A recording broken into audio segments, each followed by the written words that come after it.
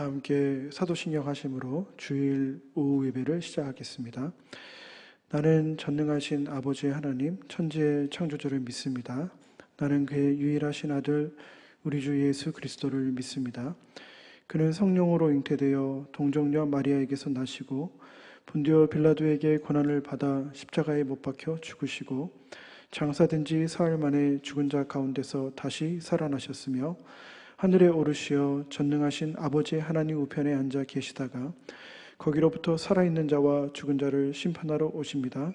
나는 성령을 믿으며 거룩한 공교회와 성도의 교제와 죄를 용서받는 것과 몸의 부활과 영생을 믿습니다.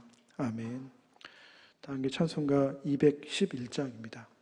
찬송가 211장입니다.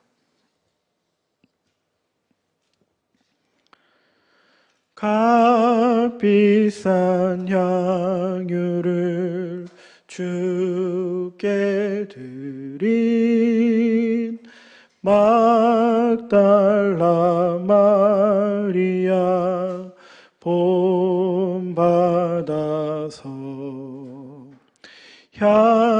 향기로운 산제물 주님께 바치리 사랑의 주내 주님께 연약한 자에게 힘을 주고 어두운 세상에 빛을 비춰 성실과 인내로 내 영제 이끌린 사랑의 주내 주님께 두려운 마음에 소망 주고 슬픔에 쌓인 자 위로하며 길 잃은 자들을 친절히 이끌린 사랑의 주내 주님께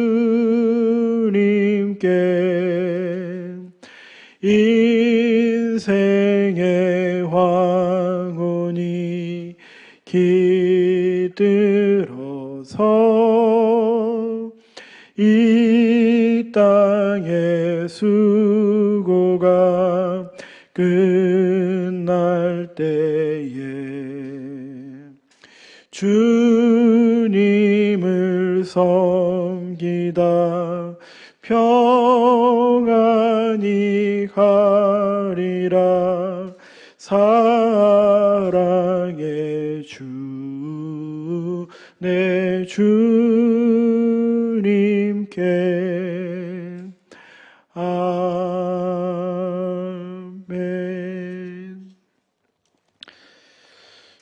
오늘 하나님께서 주신 말씀은 창세기 23장 10절부터 20절까지의 말씀입니다.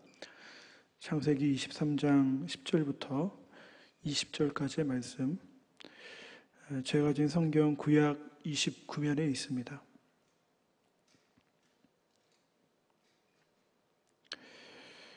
주신 말씀을 봉독에 올리겠습니다.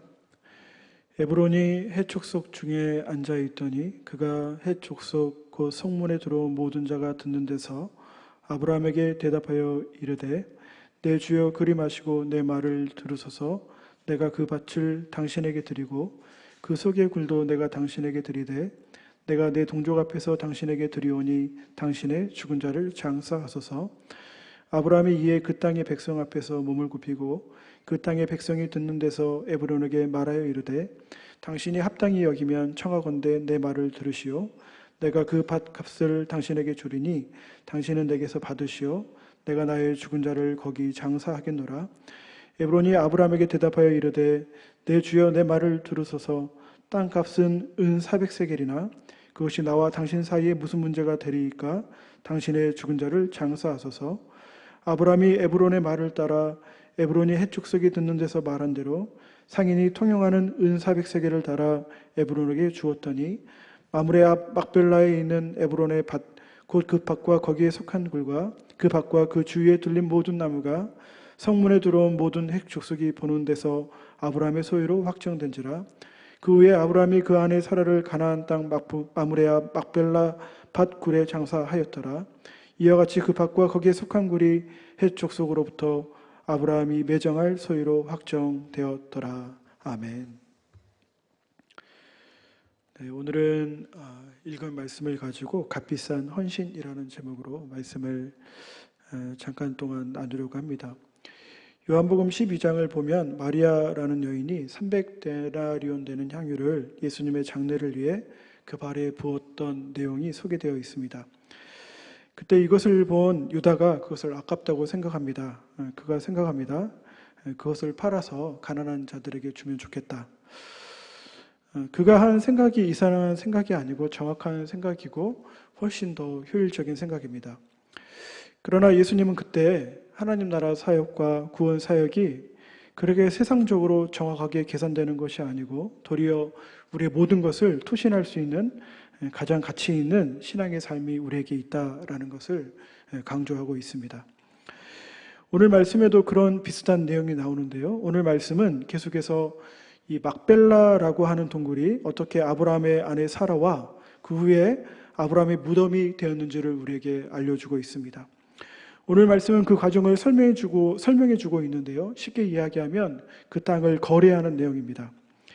그 땅을 거래하면서 이 땅에 속해 있던 헷 족속과 아브라함 사이에 계속 실랑이가 벌어지죠. 특별히 그 땅은 에브론이라는 사람의 땅이었습니다. 그 사람이 땅을 사겠다는 아브라함의 이야기를 듣고 있다가 11절에 이야기하는 거죠. 계속 그냥 쓰십시오. 그러나 아브라함은 그 주장을 굽히지 않습니다. 사실 편한 것으로 하면 그냥 사용하면 되는데, 그러나 신앙적으로 접근했을 때는 불편함을 감수하고 손해를 감수하면서도 하나님의 약속이 되어 있는 땅을 구입하고 싶었던 거죠.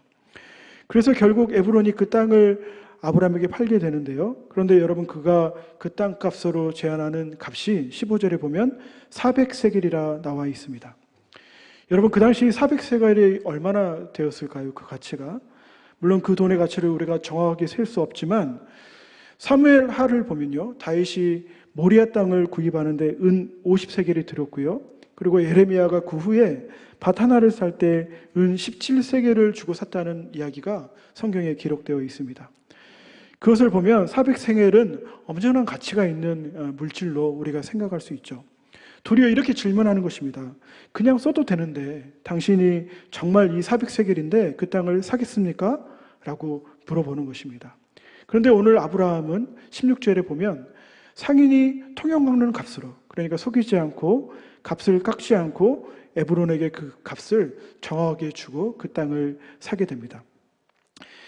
이 내용을 보면서 우리가 이 아브라함의 삶을 통해서 우리의 신앙의 삶을 생각할 수 있는 것은, 여러분, 믿음의 삶을 위해서 값을 치르는 것은 아무리 많은 값을 치루어도 무모한 일이 아니라는 것입니다. 한 여인이 300데나리온 되는 돈을 예수님을 향한 사랑이 지불한 것처럼 하나님의 약속을 믿고 그 약속의 성취를 신뢰하고 아브라함이 400세겔을 지불하는 것은 지극히 가치 있는 삶이라는 것입니다. 우리가 걸어가는 신앙의 삶이 그런 것이라는 거죠. 여러분, 세상 사람들이 보기에는 정말 어리석은 일처럼 보이죠. 우리의 신앙의 길이. 그 귀한 시간에 집에서 쉬는 게 낫지. 교회에 가서 이렇게 헌금하는 것보다 그것으로 다른 일을 하는 것이 더 가치 있지. 사람들은 그렇게 생각하지만 우리는 그렇게 삶을 살아가죠. 그렇게 신앙의 길을 걸어가죠.